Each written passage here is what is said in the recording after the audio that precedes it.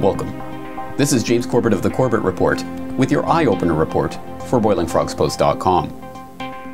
Hand-wringing over Iran's nuclear program has been a mainstay of Western political discourse ever since an Iranian dissident revealed the Iranian government's plans for a uranium enrichment facility in Natanz in August of 2002.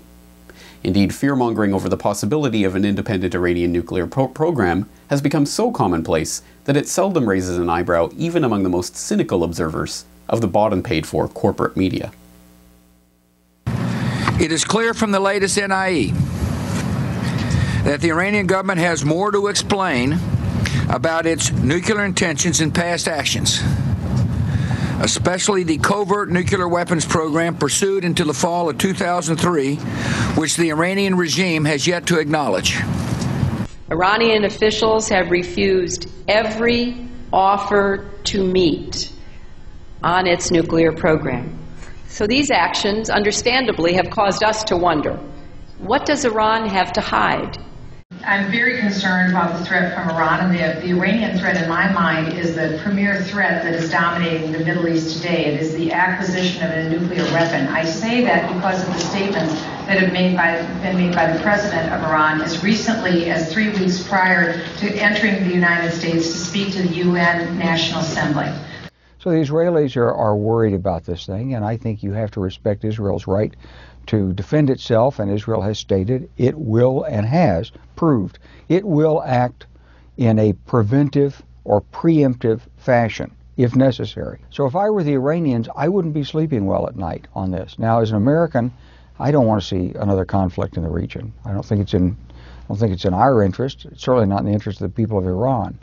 But the Iranian state seems determined to march down the avenue to acquire the capability to produce nuclear weapons.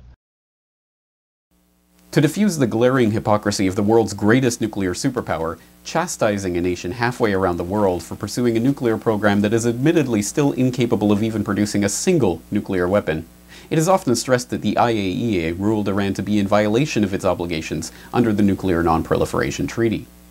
Apart from the exceedingly unusual manner in which that decision was reached, a highly unusual non-consensus ruling with 12 abstentions, what is never mentioned in this context is that there is in fact only one nation in the Middle East that is not a signatory to the Nuclear Nonproliferation Treaty itself, and only one country with a nuclear arsenal, an arsenal that has never been inspected by the IAEA or anybody else: Israel. Widely believed to have been the world's sixth nuclear superpower, Israel actively pursued a nuclear program from the time of its inception as a state in 1948. By the late 1950s, they had begun building a reactor and reprocessing plant at Dimona with British and French aid.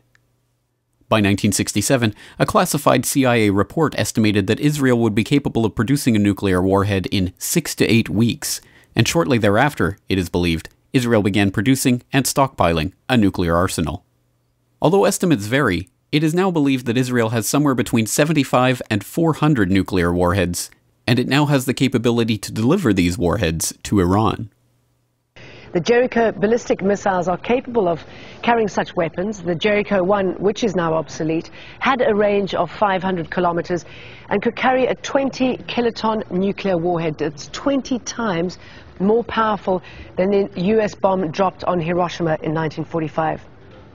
The Jericho 2 has a range of 1,500 kilometers. It could just reach Iran and is believed to be able to carry a 1 megaton nuclear bomb. That's 1,000 times more powerful than the Hiroshima bomb.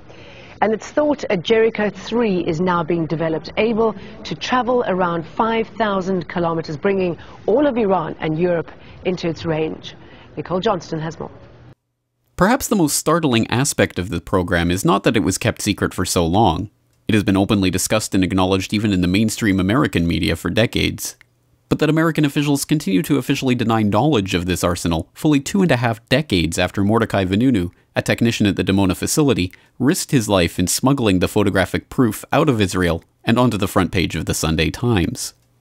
Indeed, American officials go to almost humorous lengths to avoid acknowledging the Israeli nuclear stockpile. What I believe, and I think most thoughtful people believe, is that Iran having a nuclear weapon and having a proliferation of nuclear weapons throughout the Middle East because the odds are high that if Iran goes nuclear, that the Saudis will go nuclear, that the Egyptians will go nuclear, that the Jordanians may go nuclear, is not a good thing in the most volatile region of the world, which is why we need to use a thoughtful diplomatic process to deal with this issue in Iran. But you're not acknowledging that Israel has nuclear weapons. Senator, you're not acknowledging that Israel has nuclear weapons. Excuse me, I can't hear him. I'm sorry. You've also served on the Foreign Affairs Committee. Do you know that Israel has nuclear weapons? I am aware that Israel is our most cherished ally, and I strongly support Israel's right of self-defense and to take such actions as are necessary to secure their homeland as much as we take actions to secure ours. Do you think that it increases or decreases U.S. credibility around the world when U.S. government officials can't even acknowledge that Israel has a massive nuclear arsenal? The American people support Israel. I call Israel our most cherished ally. Ambassador, do you know that Israel has nuclear weapons? I don't want to get into a discussion about. You can't comment on whether or not Israel has nuclear weapons? About Israel's nuclear powers. Thank you very much. How can you expect to have any credibility on the Middle East if you can't say whether or not Israel has nuclear weapons? Mr. Ambassador, you're head of national intelligence and you can't say whether Israel has nuclear weapons? No, he didn't answer the question. If he answered the question, I'd go away. What seems like a curious evasion of a glaring truth is in fact part of an official policy established during the Nixon administration and maintained by every American president since. The policy, known as nuclear ambiguity or nuclear opacity, holds that America will not press Israel on the nuclear issue as long as Israel makes no visible introduction of nuclear weapons to the region. This official policy has not only forced a blatant hypocrisy in discussion of nuclear threats in the Middle East, it has shaped international relations and allowed the insertion of a dangerous nuclear paradigm in an already volatile region. More than that, it has allowed the creation of an officially sanctioned black hole in nuclear security, one of the most sensitive issues facing humanity in the 21st century. And as with any officially sanctioned black hole, corruption and criminality have naturally gravitated toward it. According to documents released by the Department of Energy in the late 1970s, American intelligence believed that the enriched uranium for Israel's first bombs was likely stolen from a U.S. Navy-connected nuclear fuel plant at Apollo, Pennsylvania.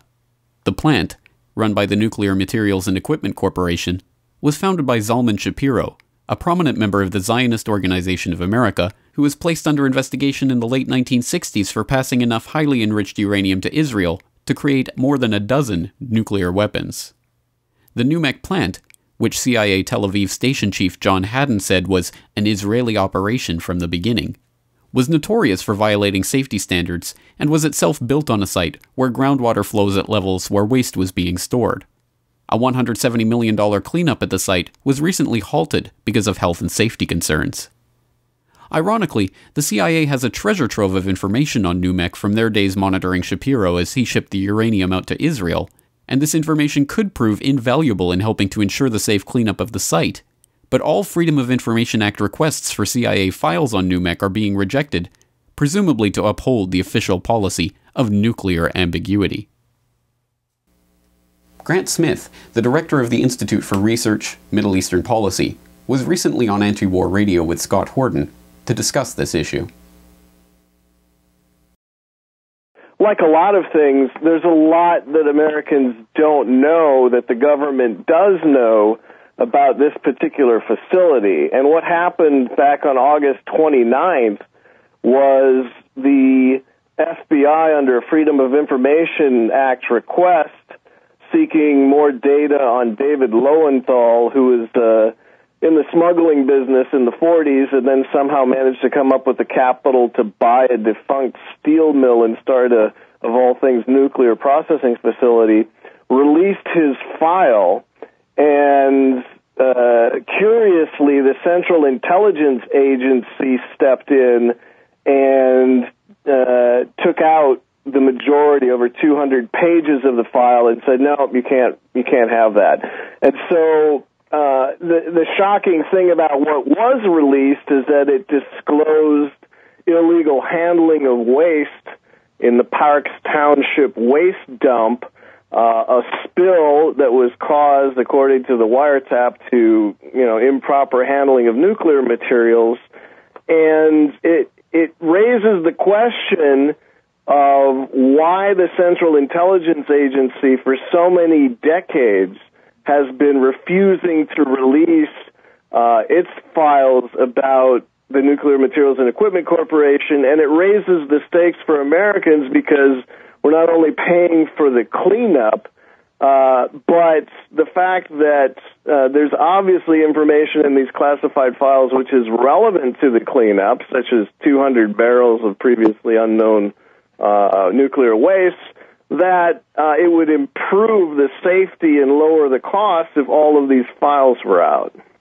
But, the argument here is reporters such as John Fialka back in the 1980s, Nuclear Regulatory Commission former officials such as Victor Galinsky and Roger Mattson, and I believe even Seymour Hersh. Many people have tried to get the original Central Intelligence Agency files on NUMEC because the CIA was the only organization which was really able to see both ends of the diversion from Tel Aviv to Apollo, Pennsylvania, and they continue to refuse any public interest, academic, or whatever other access to their files. And so, it's not idle at this point, historic curiosity about what happened in this particular case.